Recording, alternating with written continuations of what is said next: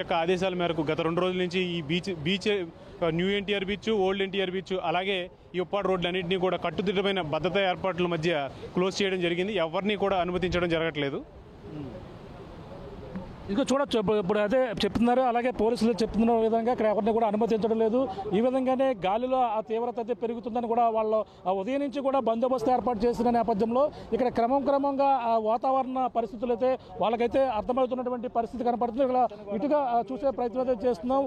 ఇక్కడ ఏదైతే హోర్డింగ్స్ కావచ్చు అవన్నీ కూడా ముందుగానే క్లియర్ చేశారు. కానీ ఏ విధంగా ముందుగా ఒకవేళ దీనికి హోర్డింగ్స్ అని పెట్టి ఉంటే, ఒకవేళ ఫ్లెక్సీగా పెట్టుంటే అది చిరిగిపోయి ప్రమాదం ఉంటుంది. చిరిగిపోవడం కాకుండా గాలిలో తీవ్రతకి మొత్తం ఆ హోల్డింగ్ మొత్తం లేపేసే అవకాశం ఉంటుంది. అంత ఎఫెక్ట్ అయితే కనపడుతుంది ఈ తుఫాను ప్రభావం.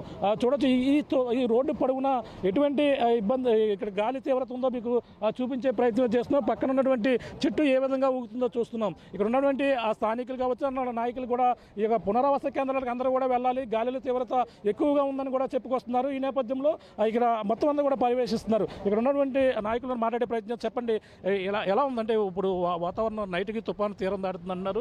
ఇక్కడ ఇప్పుడు ఈ పరిస్థితి చూస్తుంటే ఏ విధంగా అనిపిస్తుంది? ఇక్కడ పరిస్థితి అయితే ఎప్పుడూ లేని విధంగా గాలి అది ఎక్కువ ఉండటం జరుగుతుంది. కానీ రాత్రికి ఇంకా తీవ్రత 100 కిలోమీటర్ల వేగం ఉంటుందని మా చంద్రబాబు నాయుడు గారి ప్రభుత్వం గట్టిగా చెప్తూ జరిగింది. దానివల్ల మేము అందరం ఇక్కడ ఉన్న ప్రజల్ని రీహాబిటేషన్ సెంటర్స్ దగ్గర ఈ కాకినాడ రూరల్ ఈ 10 కిలోమీటర్స్ రేడియస్లోనే ఒక 15 రీహాబిలిటేషన్ సెంటర్స్ ఉన్నాయి. ఈ సెంటర్స్కి మేము అందరం తీసుకెళ్తాం. నిన్న ఓన్లీ 25% వచ్చారు. ఈ రోజు అయితే అందరూ భోజనానికి వచ్చేయడానికి రెడీగా ఉన్నారు. ఎక్కడైనా ఉండిపోతే పోలీసు వారి సాయంతో వాళ్ళని తరలిస్తున్నాము. ఖచ్చితంగా అన్ని సదుపాయాలు చేశాము. ఈ రాత్రి కొంచెం జాగ్రత్తగా వెళ్ళాలి, ప్రజలు ఎవరిని బయటికి మాత్రం రావద్దని సీరియస్గా తెలియజేస్తున్నారు గవర్నమెంట్ వారని తెలియదు. కొంతమంది మత్స్యకారులు ఈ యొక్క తుఫాన్లు చాలా చూసాం, కొంతమంది అవసరం లేదు అని చెప్పేసి ఇళ్లకే పరిమితమైన వాళ్ళకి ఎటువంటి మీరు సహాయకాలు చెప్పండి. అది ఇళ్ళలు పరిమితం అయ్యారు అంటే వాళ్ళు నిన్న రాత్రి ఉన్న పరిస్థితిని బట్టి ఈరోజు అలా ఉంటుందని వాళ్ళు అనుకుంటున్నారు. అది కరెక్ట్ కాదు. ఈ తీవ్రత శాటిలైట్ ద్వారా చాలా ఎక్కువ ఉందని మేము ఎక్స్ప్లెయిన్ చేస్తాం జరిగింది. వాళ్ళు ఏమన్నారంటే ఈ రోజు నుంచి ఈ రాత్రికి అంటున్నారు కాబట్టి ఖచ్చితంగా వస్తామని వాళ్ళు కూడా సహకరిస్తున్నారని తెలియజేస్తున్నాం. ఇంకా ఎటువంటి సహాయక చర్యలు చేపడతారంటే తుఫాను పోయిన తర్వాత ప్రభావం మరింత ఎక్కువగా ఉంటుంది అంటున్నారు.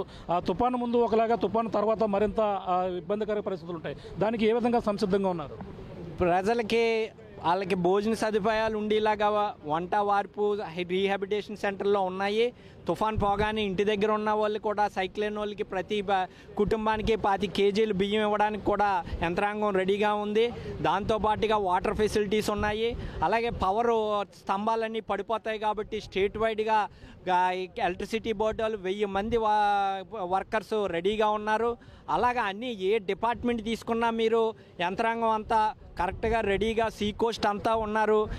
ఎట్టి పరిస్థితుల్లో చంద్రబాబు నాయుడు గారు ఒక్క మనిషి కూడా ప్రాణం పోకూడదు, నష్టపరిహారం తక్కువ ఉండాలి, ప్లస్ మళ్ళీ అయిపోయిన తర్వాత యథావిధిగా అన్నీ కూడా అమలు చేయాలని ఆయన చూస్తున్నారని తెలియజేస్తున్నారు. ఇది పరిస్థితి అయితే ప్రధానంగా చూసుకుంటే తుఫాను తీవ్రత అయితే పెరుగుతూ వస్తుంది. అలాగే గాలిలో తీవ్రత కూడా గంటకు పెరుగుతున్నటువంటి దృశ్యాలు కూడా చూస్తున్నాం. ఇక్కడ హోర్డింగ్స్ కాబట్టి ఇక్కడ చెట్టు ఏ విధంగా ఊగుతుందో చూపిస్తున్నాం. ఈ రోజు అయితే ఇప్పుడు చూసాం, ఒకవేళ తుఫాను తీరం దాటిందైతే మాత్రం ఈ చెట్టు అయితే రేపు కనిపించే అవకాశం ఉండదు. అంటే ఇప్పుడు మనం చూస్తున్నటువంటి చెట్టు ఇప్పుడు అయితే ఏ విధంగా ఊగుతుందో చూస్తున్నాం. రేపైతే ఈ చెట్టు అయితే మనకు కనిపించకపోవచ్చు. అలాగే ఆ తుఫాను తీవ్రత అంటే ప్రస్తుతం 60 కిలోమీటర్ల గాలులు ఎదురుగాలు ఇప్పుడైతే వేస్తున్నటువంటి దృష్టిలో, అలాగే అది డబల్ చేస్తే ఏ విధంగా ఉంటుంది అంటే 120 కిలోమీటర్ల వేగంతో తుఫాను తీరం దాటే పరిస్థితుల్లోనే ఈ గాలిల తీవ్రత అయితే మరింత ఉండే అవకాశం అయితే కనపడుతుంది. ఇక్కడ మొత్తం బోర్డులు కావచ్చు, మొత్తం అన్నీ కూడా రేపటికైతే ఇటువంటి సిచ్యువేషన్ అయితే ఇక్కడ కనపడదు. ఏంటంటే సముద్రానికి కొదవేడి దూరంలోనే ఇటువంటి పరిస్థితులు అయితే కనపడుతున్నాయి. ఇది తీరం వెంబడి బీచ్ పొడవునా కూడా చెట్లన్నీ కూడా ఊగుతున్నాయి. రేపైతే ఈ చెట్లన్నీ కూడా కనిపించే అవకాశం ఉండదు. మనం చూస్తున్నటువంటి రోడ్డు పొడవులో కనిపిస్తున్నటువంటి చెట్లు చూస్తున్నాం. ఈ